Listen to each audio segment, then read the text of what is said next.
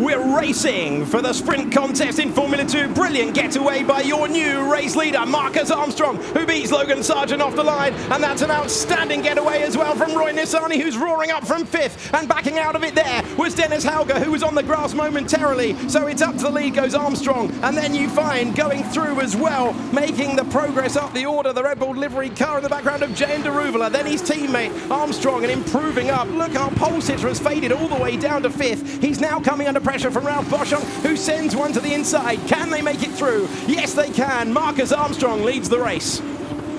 The safety car is out right there on a frenetic opening lap of the race for Formula 2. Yeah, it's got to be the super sub David Beckman. It is the super sub David Beckman in for the injured Jem Bullock-Bassi. This is then the first chicane on the opening lap. Yeah, first chicane struggling through, and I think that's a broken front wing for Clement Novalak, who's made contact with him on the second apex of Tamburello. Should be able to fix that one under the safety car and get it back out there. He spun in front of me, I couldn't do.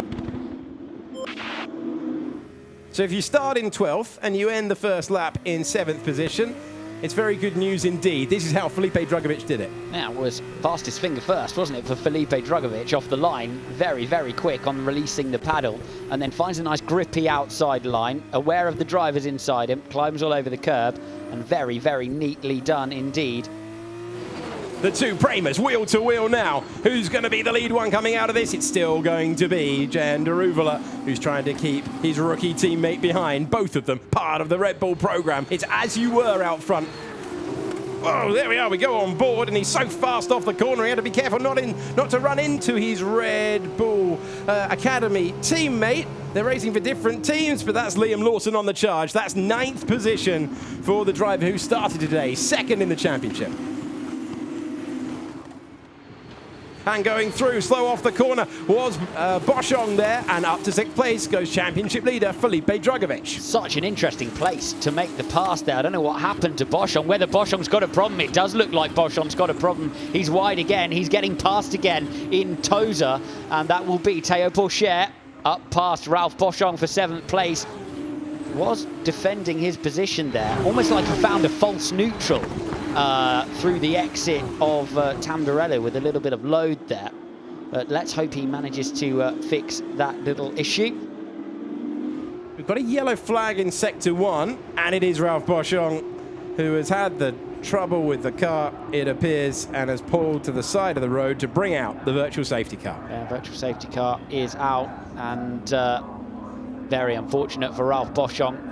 Obviously spent a lap trying to deal with the issue from behind the steering wheel. Decided he's going to park it. Looks to have parked it nicely out of the way. The marshals will thank him for that. Sargent is chasing Nissany, and surely he's had enough this time. All the laps of pressure being made to pay. Can he go around the outside of Tamburello? No, he can't, but he's forced another. He's slightly off the racing line, isn't he, Nissany? Everywhere you look, it'd be a brave move if he tried it into Villeneuve, but I think he's had enough of the back of that Dam's car. He's going to have to stare at it a little bit longer. And this is Ollie Caldwell in the Campos. One Campos has found the end of the race earlier than they wanted to. That's a wide moment at Aqua Minerale, and Juri Vips's tough day gets a little bit better. He's up to 16th. Holding the fastest lap of the race as well, as we see Juri Vips making that move down the outside of Marino Sato. Oh, how brave is he feeling? How brave is he feeling as he gets to Piratella? No, he has noted other events. Oh, tries the up and under. He's got so much more grip. And by the time he gets to Aqua Minerale, he's through. So he will want to see that one back later. Doohan goes in a little deep, but doesn't outbrake himself overbearingly, but Vesti does just have the front end to go underneath, beats him down to Aqua Minerale.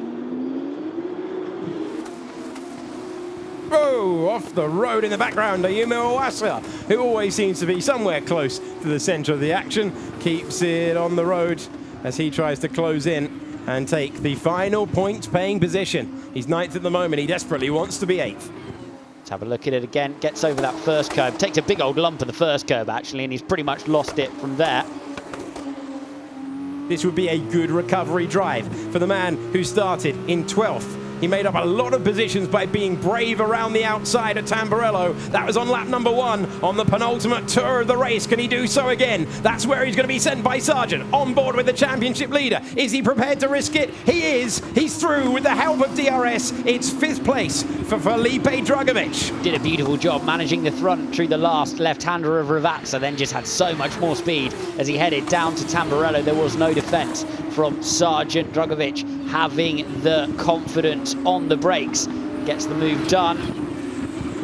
Across the line, it was 3.9 seconds covering the top 4. Roy Nissany taking the last of the rubber. He's going to get tantalisingly close, but these will be golden moments for the driver who used to live in Italy, and now he's going to take victory at such a historic venue. Marcus Armstrong looks up and will see the checkered flag first for just the 2nd time in Formula 2. Marcus Armstrong takes victory. Across the line in 2nd comes Taruvula, and Hauger hangs on with the bodywork making a bid for freedom. He was able to beat Nissany to the line for a maiden Formula 2 podium, and Nissany missing out by half a second. Drugovich in 5th. Yeah. Whoa. I really don't know if you can hear me, but I'm happy with the shot. Marcus Armstrong, the winner, of course, Jehan Daruvula and Dennis Hauger sitting in 3rd position. He did a brilliant job to handle that race without the use of the radio. In 4th was Roy Nissany, then it was Felipe Drugovich, still the championship leader.